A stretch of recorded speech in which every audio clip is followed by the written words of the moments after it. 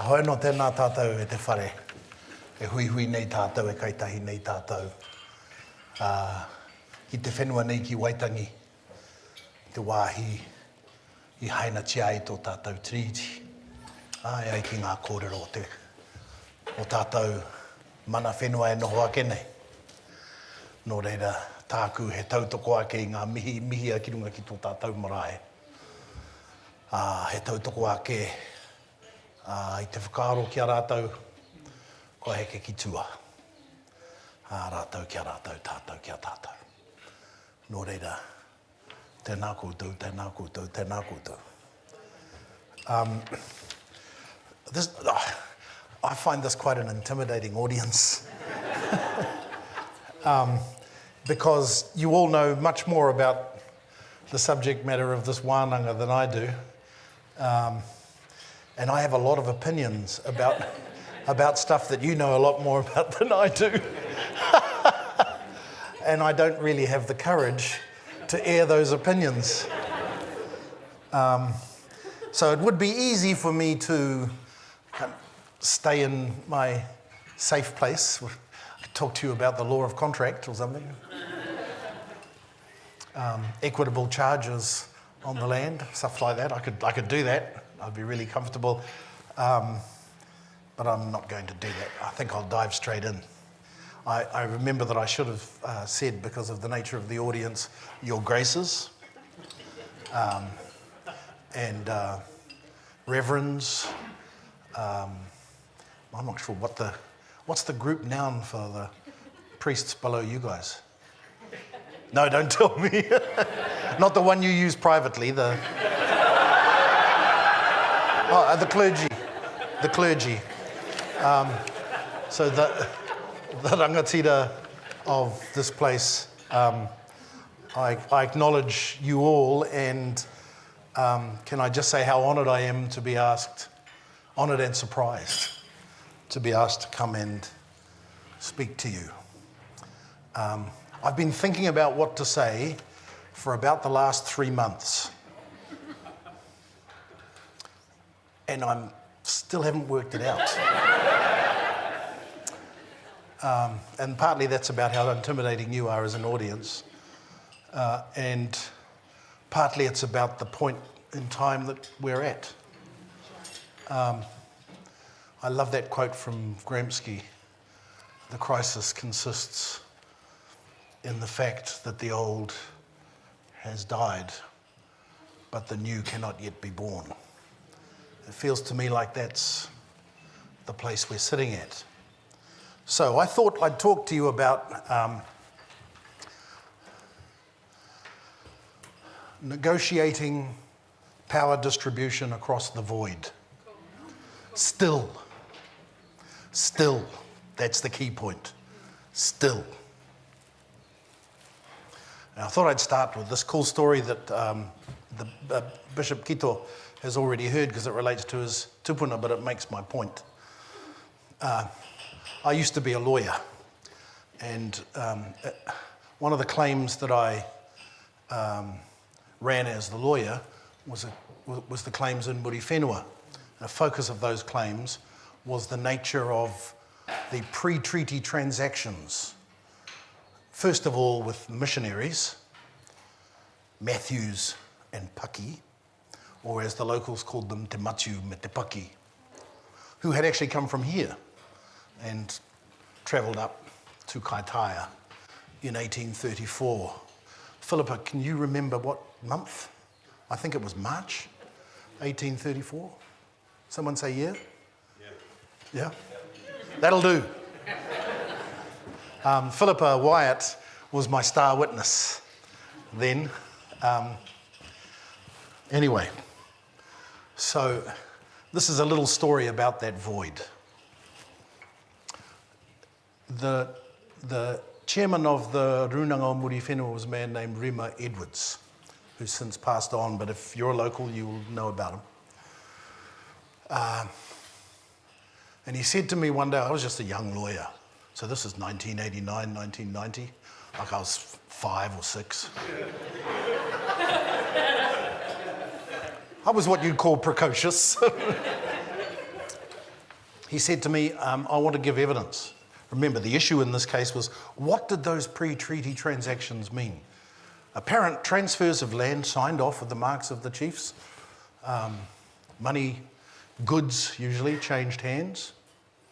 And the piece of paper said, we agree to give up for all time this land to whoever it might be. The focus, the kind of icon transaction was the one with the missionaries, Matthews and Paki.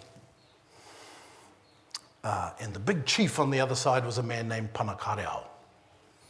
Now, Pana Karuwhā famously said in the treaty hui in the Hokianga that the shadow of the land shall go to the Queen, but the substance of it will remain with us, as he counselled his people to sign the thing. And he was the big cheese up there. Anyway, Rema says to me one day, I want to give evidence. And I said, okay. What do you want to say? Oh, not much. Well, what do you want to talk about? I just want to talk about Pana Karuwhā, what kind of man he was. And I said, okay. Like, what are you going to say? Oh, not much. Just what kind of, his mana, that sort of stuff. Okay. Never got any more out of him than that. And I said to him, how long do you think you're going to take? Oh, not long. Not long. And like, I was a kid. I wasn't 5, I lied. But I was, I don't know, maybe 28, something like that. And I knew, because I was well raised, that you don't tell a kaumātua they can't do what they want to do. And he was the chief. So, okay, you're going to stand up, you're going to talk a little bit about Pana Karuwhā, and you're not going to take very long. Now, ordinarily, a lawyer will brief a witness, and I'll have a written brief, that thick, and it'll have all the words. Then I'll be able to check off to make sure that he's said all the things that he wants to say and he hasn't missed anything out. He hasn't said anything internally contradictory that'll make me lose the case. Nothing. And he was a lovely, gentle, kind man. But he would not budge.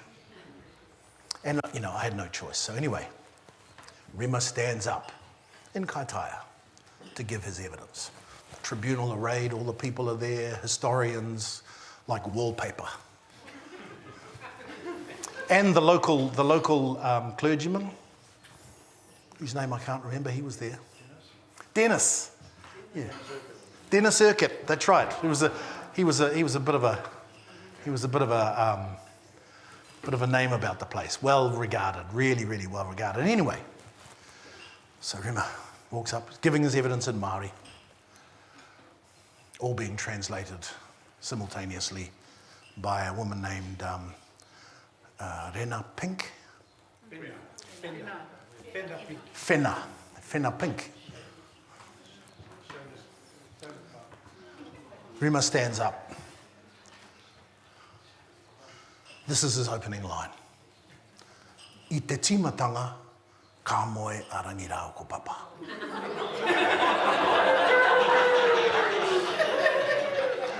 In the beginning, the earth lay with the sky. And I remember, sorry, Your Grace, I remember thinking, shit.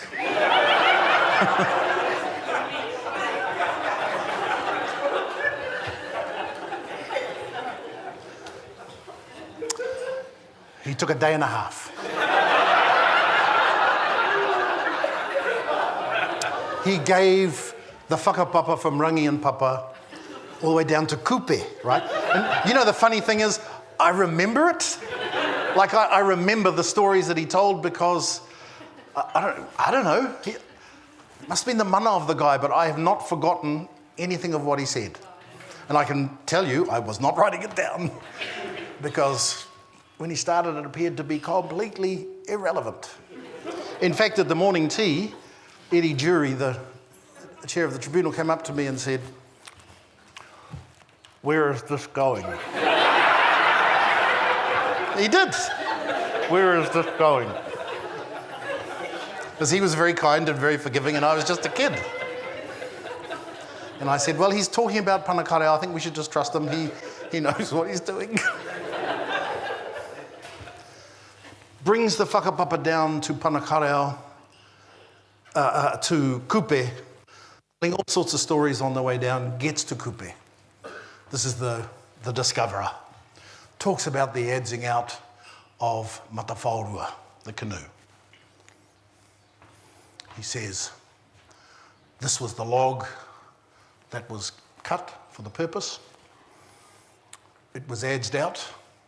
When the prow piece was put on, this was the karakia he used, and he gave it. When the stern post was put on, this was the karakia he used, and he gave it. He said, there were 55 seats on the waka. I don't know the names of all of them, but here are the ones I know. And then he tells the story about Kupe, Kura Marotini, his wife, their son. Sorry, I forgot the one that's buried at Te Punao Te Ao Marama. Tumutumu Whenua, yeah, Tumutu, thank you. I just told you I hadn't forgot anything, I just forgot that. Tells the story of how he says Kupe inserted his mana and rangatiratanga into the whenua. He explained the process that was gone through, right? And then he says, and then he goes back and he tells the story of Te Hokianga Nui a Kupe, which is where Hokianga comes from, right? The great returning of Kupe. E Hokianga Nui ake ana hau ki Hawaii e kore mo te Hokianga Nui mai. I am for the great returning to Hawaii and I will not be back. Oh, and he told the story of the two whales that were his kaitiaki on the journey, Ārai Te Uru and Niwa. And those of you who are from the Hokianga know that Ārai Te Uru and Niwa are still there at the head of the Hokianga harbour. And he told the story of how those kaitiaki got the waka through Te Korokoro Te Parata, the hard area right in the middle of the Pacific that swallows canoes. And it was Ārai Te Uru and Niwa, the two whales, who guided him out of that danger zone. Now, there's a whole lot of science behind this, which I would love to talk to you about because it's really cool, but we don't have time. So, because this story is just going on and on. He goes back. Then his grandson or great-grandson, Nuku Tawhiti, or great-great-grandson. Rema says, Kupe talks to Nuku Tawhiti. You remember Nuku Tawhiti is the carving at... Yep, right. Kupe talks to Nuku Tawhiti. Now we know that wasn't possible because there's too many generations down. He had to be dead. But as far as Rema was concerned, that was what he'd learned at the Wānanga, and that was the truth. Nuku Tawhiti re-adzes the canoe and calls it the re-adzed Matawhaurua, Ngā Toki Matawhaurua, and comes back. And so the story goes on. We're about afternoon tea on the first day. No one has mentioned Panakarau yet. And as for the Treaty of Waitangi, nowhere near the place. Then he brings the whakapapa from Nuku Tawhiti to Pōroa. Now, Pōroa was the ariki in Muri Whenua, north of the gorge, I suppose. And he says, Pōroa, just before he died, had to decide who would take over the arikitanga, who would take over the leadership of the Muri Whenua tribes. He had two choices. Te Morenga, a great warrior, and Panakarau, a diplomat and a peacemaker. And he said he chose Panakarau, who had been schooled in the whare Wānanga, who knew all the stories from Hawaii, the story about the arrival of Matawhaurua, of the return and the coming back of Nuku Tawhiti, of all of the ways in which his people had their DNA, their tentacles, their fingers, their toes embedded in the whenua. And Pōroa knew that this was a time for one of them, not for a warrior. So Karuwhā took the mantle. Now, March 1834, Matthews and Paki arrive on horseback. And we're on the second day now. And Rema says, they stopped at that rugby field just over there. It was the weirdest thing, man. They were just by that rugby field. And Karuwhā looked over and said, what's going on? Who are these people? And he sent one of his warriors down to go and find out what was going on. Turns out Matthews and Paki wanted to establish a mission station, and they wanted to negotiate for the purchase of land. Rema said, he told the warrior to bring them up and we'll talk. And they talked about what was the first of the muri whenua transactions. Remember, the issue here was what was the nature of those transactions. Were they sale and purchase agreements, or what the claimants called tuku whenua, transactions in a Māori way, which are not contractarian but relationship-based, still to this day. And he said, this was his closing line. When Karuwhā sat down to talk with Te Matu and Te Paki over the establishment of the church mission station in Kaitaia, he was not a blank slate. He carried all the learning of his ancestors. Now you try and tell me that he wanted to sell that land. And you can see the whole tribunal go, cha-ching, and me. And all he wanted to teach the tribunal was, don't forget, Karuwhā was a Māori. Don't rely on the words on the paper. If you understand the depth of being a Māori, like you understand the depth of being an Englishman, circa 1834, then maybe you'll understand how big the gap was between Matthews and Paki and Karuwhā when they sat down to build a relationship.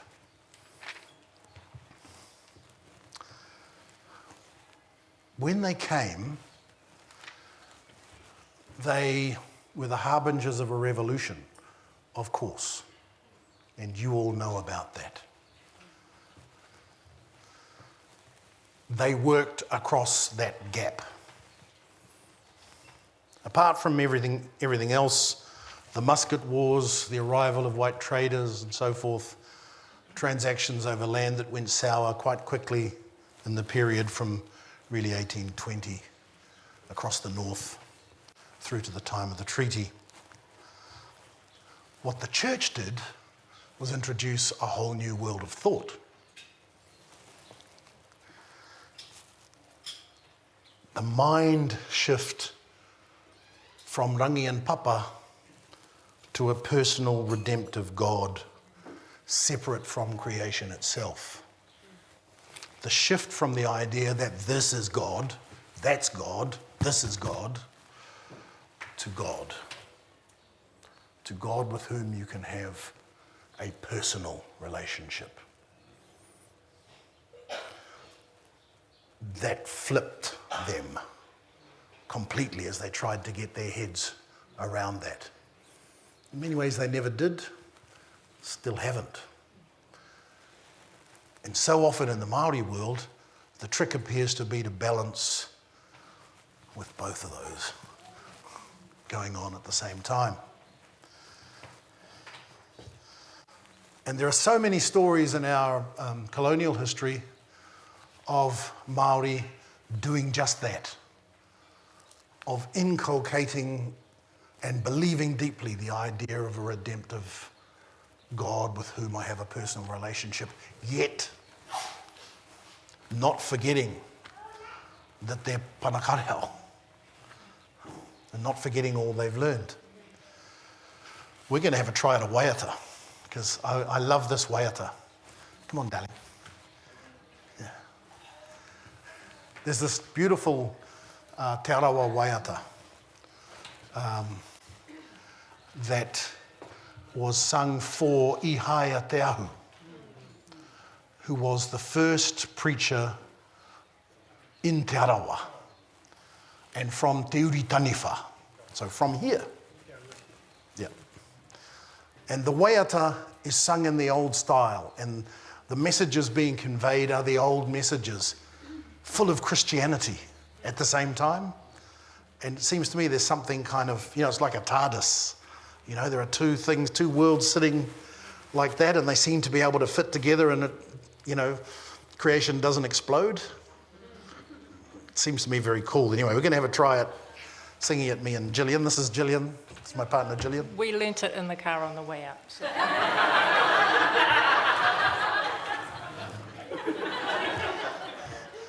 Aore te aroha ki te kororia tapu, a wāwai ake ana i te ara koiti. Nau mai e hine ka haere taua kia iha ia kia monita chai, kia hui hui tato pohe no hanganui kia hopu kia iho te kupu a te atuai, kia whita ua kia ihu karaiti, kia muru a te hara ki taku tinana nei. Well done.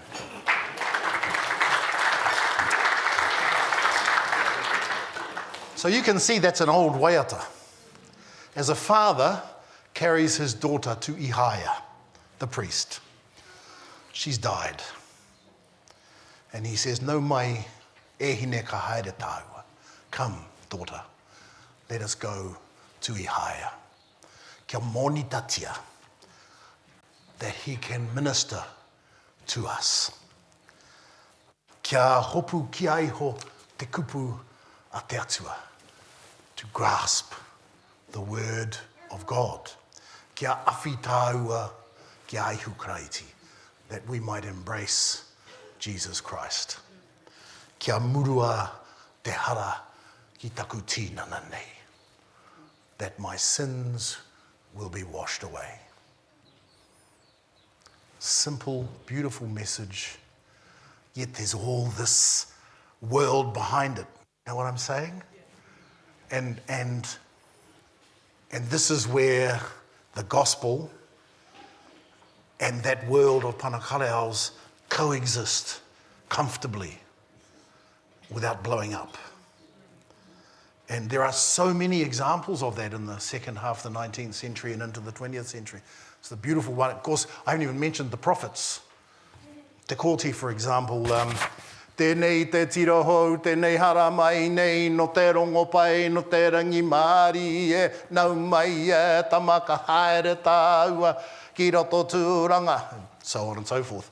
Takes an old Waiata pine pine te kura and says, repurposes it.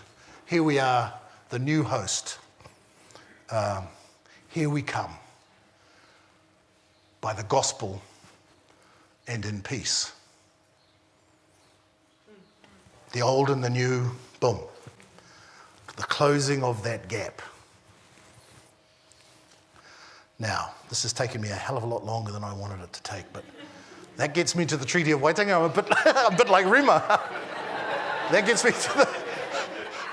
me to the Treaty of Waitangi, to text and context, and understanding what was going on there and the role of the church within it. On the one hand, this oral culture, utterly focused on relationships, really completely obsessed with relationships, simply doesn't understand the idea of finite contractual arrangements. Really doesn't. I'm not saying that as some romantic proposition. The Maoris are cool and the white people are all selfish. I'm not saying that at all. It's just a fact. No, that's not just no, that's not what I meant. That's not what Whanaungatanga. Whanaungatanga is right at the core of, yeah, boy, I'm digging and digging. Whanaungatanga is right at the core of this culture. Everything they do is to build relationships or, if they want, destroy them. And so as Ngati Kawa, was it Ngati Kawa said? His tupuna, about his tupuna Te Kemara, who signed the treaty, says to Hobson, if we are to be equals, you here and me here, then yes, I'll sign it. But if it's to be you up here and me down here, then go. Go. And don't come back. It's all about the relationship and equality of power. I can guarantee to you he didn't read the document. Because the idea that the building of a relationship, particularly one like this, could be reduced to two dimensions and expressed that way was utterly foreign to these people. Interestingly, these days, we Māori too kind of get fixated on the words in the document, as I'm about to. But if you think yourself into the world of those people, that's not how they thought. He wasn't interested in what that said. I mean, he wanted to put his mark on it because that made it tapu. But this was what it had to say. And Wakanene, of course, says, look, to his own people, look, it might have been okay 10 years ago for you to kick this guy out, but there are too many traders, there have been too many land transactions, you're too late. We've got to make the best of this relationship, he says. And he actually turns the tide, I think. I say that in the face of Michael Belgrave and Claudia Orange, and it's one of these intimidation points. I have no right to say these things, it's just the vibe. They'll correct you tomorrow if they need to. So that's one end of the void, right? These people for whom reducing a tapu relationship to a piece of paper is anathema. You might reduce the relationship to song. You might reduce it to marriages. You might even exchange land to bond the relationship. But whatever's written down on a piece of paper is largely irrelevant. It's just not within there. It's Martian stuff. Now, the other culture is contractarian, even by 1840, I should say. The reduction of transactions to paper is how that culture did stuff and largely still does stuff. We forget that you could sue in contract for breaking a promise to marriage as late as 1975. Contract was king until quite recently. And that's, the effect of the Enlightenment, with great respect to the historians here who'll know lots more about that than me. So, there are these words in here. The English text guarantees real estate, the lands, forests, and fish, exclusive and undisturbed possession of the lands, forests, and fisheries, such as they possess for as long as they wish to retain the same. Easy, classic Victorian English. The Māori, ka whakaritea, ka whakaaetia, ki ngā rangatira ki ngā hapu, ngā rangatira me ngā tāngata Māori katoa, New Tireni, te tino rangatiratanga o rātou whenua, o rātou kāinga me o rātou taonga katoa. This tino rangatiratanga thing. So, these two documents are not on their face saying the same thing. One's about resources, the other's about power.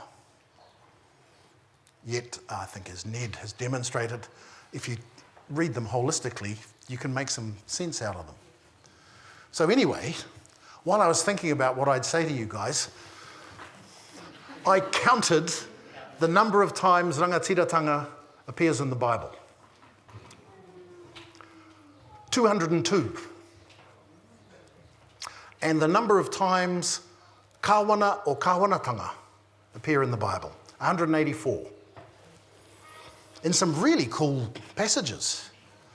But I thought I'd take this one, Psalms 22:28. Noi hoa hoki te rangatiratanga ko ia no te kawana I wainga I ngā iwi. For dominion, in the English, belongs to the Lord and he rules over the nations. You hear that? Rangatiratanga is dominion. That's fairly straightforward. Rangatiratanga is a big word. It's self-determination. I don't think there's really any doubt about that. Self-determination, self-government, dominion, often, and of course the kingdom of God in the Bible is te rangatiratanga o te atua. And in the Lord's Prayer, thy kingdom come, kia tae mai tau rangatiratanga. Right, so on any view of it, rangatiratanga that's guaranteed to these chiefs is a big thing. And frankly, even listening to what Te Kemara and Wakanene said, of course, that's the point they're making, right? If you're more powerful than me, forget it, out. If we're equal, sure. Interestingly, that sounds like co-governance. But we can't go there, because I think there's a national MP in the House.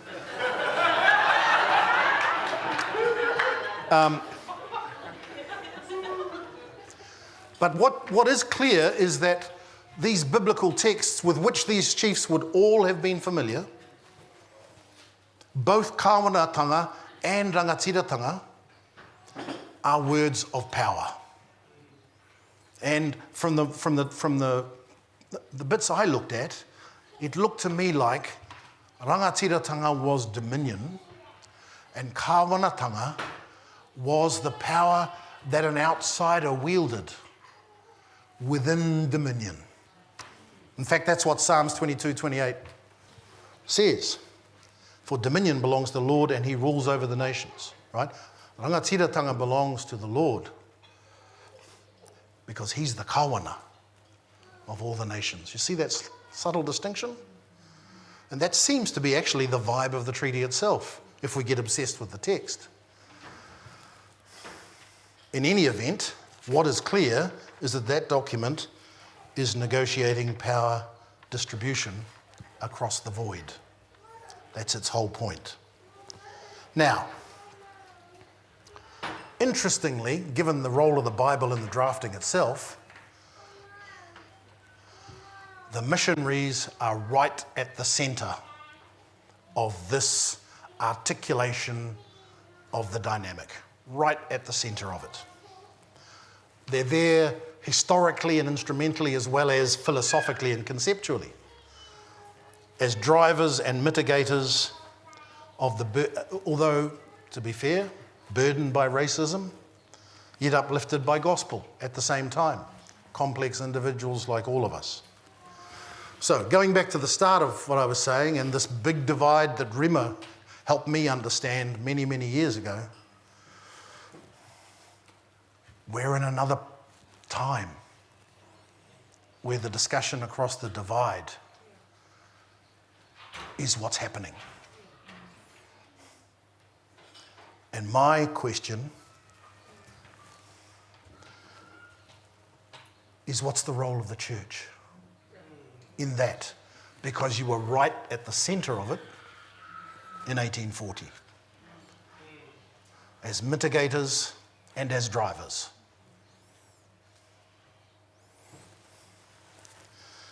So, here we go. Aotearoa paddling our way back into the Pacific at last, having been stationed somewhere in the Atlantic for much of the last 180 years. Here we go, Aotearoa, decolonising ourselves. How does the gospel speak to that turning?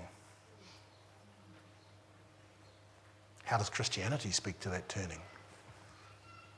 Because these times are a bit different. You know how the Waitaha Whānanga by that bereaved father, you see how he takes his world and flips the gospel into it. But it's still his world, right? And now Pōhiri. You see what those kids were doing? All of their karakia were ancient karakia. Every single one of them. Why is that? Why is gospel not a driver for them now? Why is it? Yeah, why is it? And it may be that you're the unfortunate recipients of a legacy which associates the oppression of colonisation and the gospel. Maybe, but if that's the burden, fix it. Because you sure did some good 180 years ago. Those of you who are church-based, I know that there are academics here too, but I thought I'd have a chance, grab the chance of talking to the priests. So the challenge is understanding your role in the transformation where we're going through this reconstruction. The Māori world is, right? Part of this decolonisation story, part of this drifting out of the Atlantic and into the Pacific is Te Ao Māori waking up. And what it seems to be doing is waking itself up to the old beliefs as an expression of mana motuhake, of rangatiratanga, right? And those of you who operate in the Māori world, you'll know. And also, interestingly, the wider community is, my kids say, vibing to rangi and papa, to maunga and awa, to ngāhere. You know, the whanganui rose a being. I'm not sure what the gospel says about that. But, boy, there's something intuitively wise about that. Te ure wera is a being.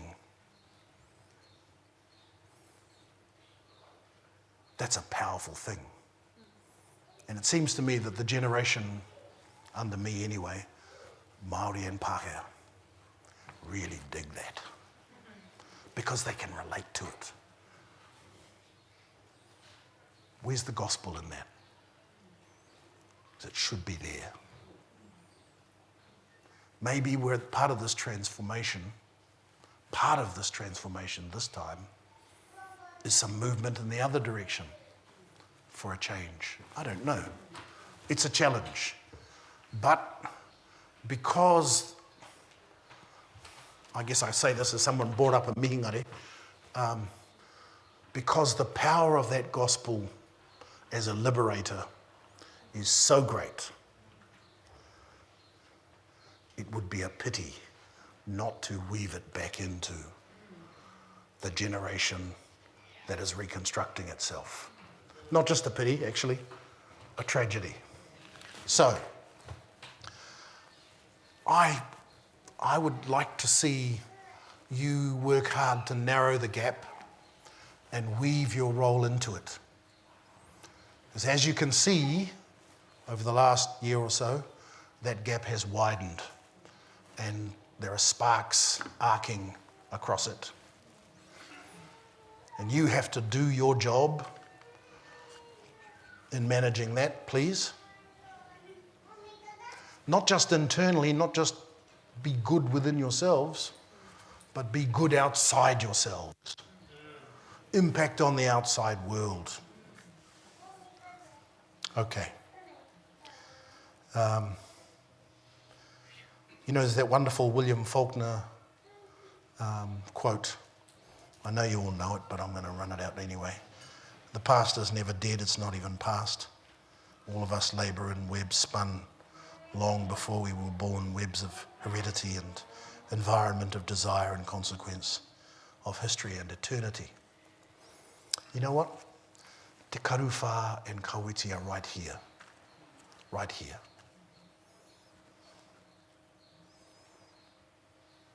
We are them for this time, for better or for worse. And the wise, I can't remember whether it was Hama or Ngati Kawa said about the future, well, we've got to get there first.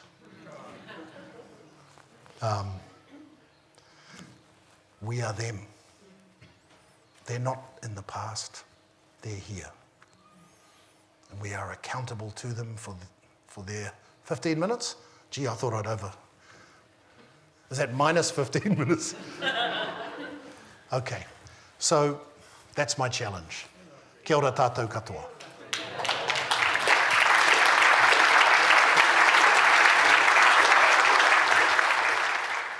Tell us about the future.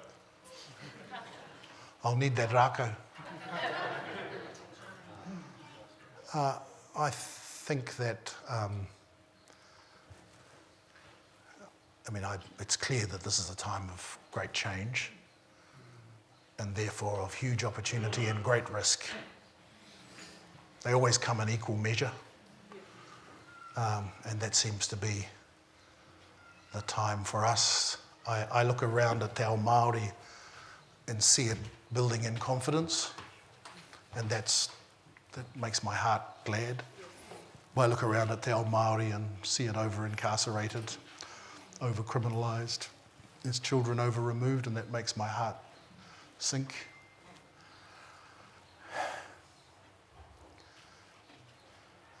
I look around and see New Zealanders identifying with my culture for themselves.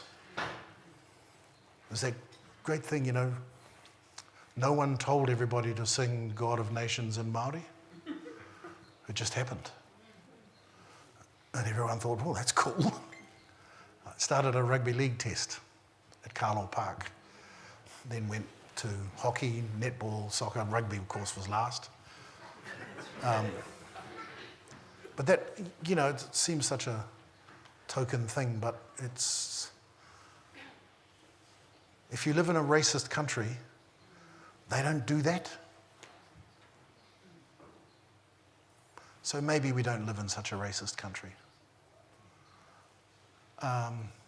In any big occasion, not just, raising Māori issues, but just generally, any big occasion, certainly in the public sector and increasingly in the private sector, there's a whakatau, or there's a karakia. That's not the way a racist country works.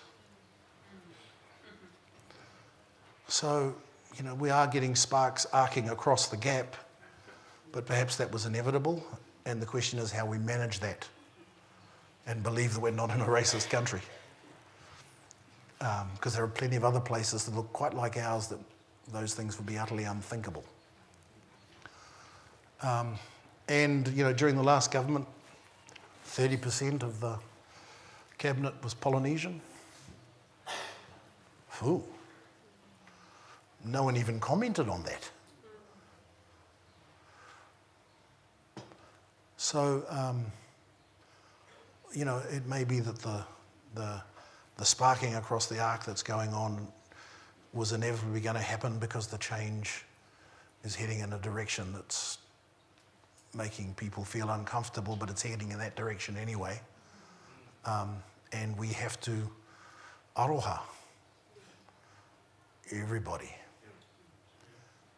Someone wise said, no one's leaving. Well, the Pākehās aren't going home. This is home. Neither are the Asians, neither are Pacific Islanders. But this is the thing for me anyway. We have this possibility of building a country in which mana and culture, language are revered as powerful and can lie comfortably together with other mana and other language and other culture. And in most parts of the world, they can't do it. Most places that's impossible. But it does seem to me that it's possible here. Really does.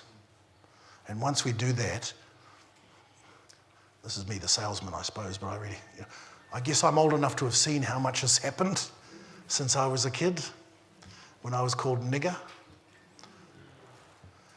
And look at my colour.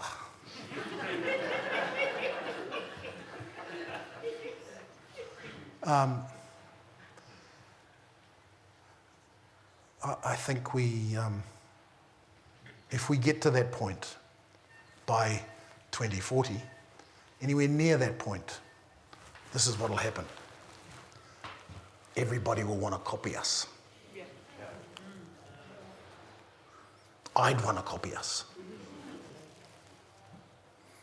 And because we're small, it's possible. Because it's hard to hate caricatures that you know personally. Empathy's impossible to ignore when you know them.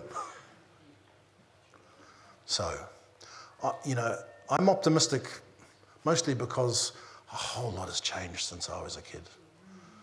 And the trajectory is clear. And it'll be messy and untidy, and we'll screw a bunch of things up because we're just humans. We lack imagination. We paint by numbers, and that's going to be okay. Getting back to the start, the church has been a crucial agent at every point of tension in our history. Every single one. And I'd love to see you front-footing this one. Because if we get this right, Aotearoa will be such a cool place. Yeah, I think that's probably enough, salesman. Unless there are any questions? No. Kei konei he pātai. An observation and then a question. Shoot. On the 2nd of November, the church celebrated All Souls Day, and I was at a service and I heard the words from St. Ambrose, so this is 1700 years old, at least. We loved them in life, let us not forget them in death. That was his charge. And what I heard at the pulpit today, they're not dissimilar words. Yep. Do you hear that? Yep. So it's both alive. So I look out at society in my 30s, haven't lived very long, I think people are getting a bit fed up with the reductionist view of life, of thinking that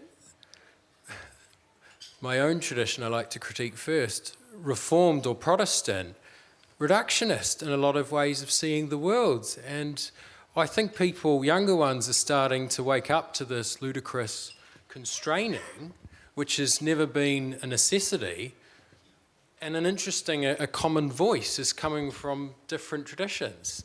I think there's a powerful regard for common ground. It's simply recapturing what has always been, and we may have forgotten. Yeah, Cool, yeah. Yeah, remember what Ambrose said. There was a question over there too. Tēnā koe mātua. Kia ora. Ko Christine taku ingoa. So I have a question with a thought, because you made a comment about the fact that we are to deconstruct ourselves and awakening to new expressions. And so within Te Whakako Ora, when Matariki happened this year, kia ora, thank you. And the theme for Matariki was all about going home and creating hautapus and reawakening that expression. So for us in Ōtautahi, we wove that hautapu in with our expression of worship, and I had 100 people gathered together on the beach at 6 o'clock. There you go. And I did have some pushback on that to kind of go, how does this old way roll into new expressions? But it's that whole kind of deconstructing and weaving together. And I just wondered if you could expand more about what your thoughts are about what you think that looks like for us as the church here in Aotearoa in terms of moving forward, because you've said that the church is crucial at this point as it has been at every other point. Kia ora. Yeah, I'm really not the wrong guy to be talking theological debates about. But what we saw with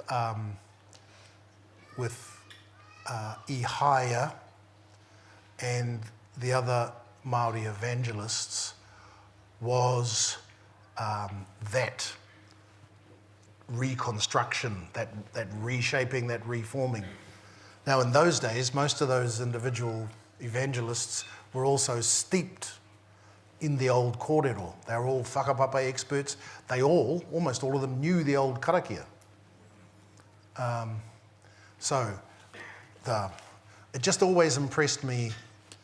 I grew up an Anglican in Hawke's Bay, and some of our ministers were Sam Rangihu, Canon Sam Rangihu from Waikato Moana, absolute tohunga.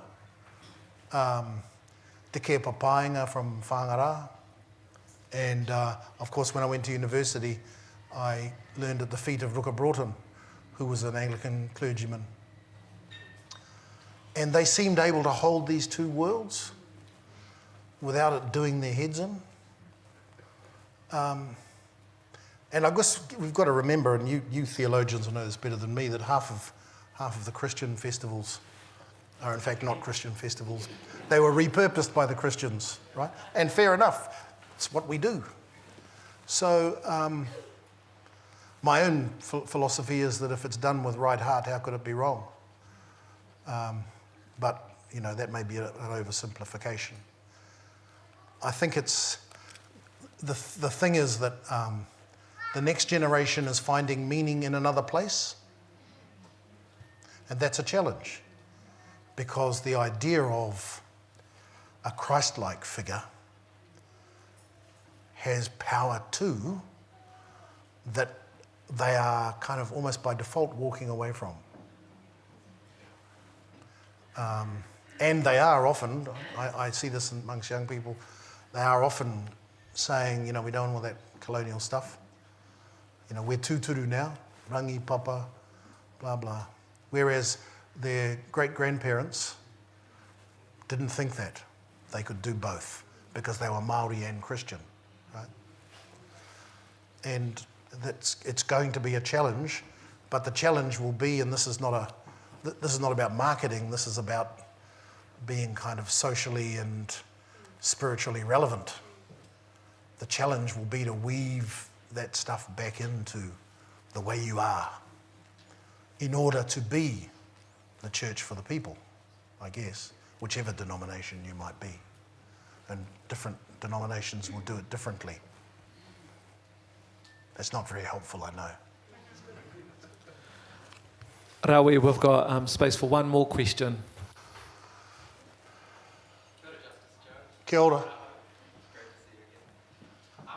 Your examples talk about Māori Christians taking the gospel and landing it within Te Ao Māori. What about tangata tiriti, settler Christians trying to tweak the gospel within Te Ao Māori? Is there a different approach there? Yeah, it's a good question, because there's some controversy about that. Who are these Pākehās and why are they doing that? I don't take... Can you just repeat that question for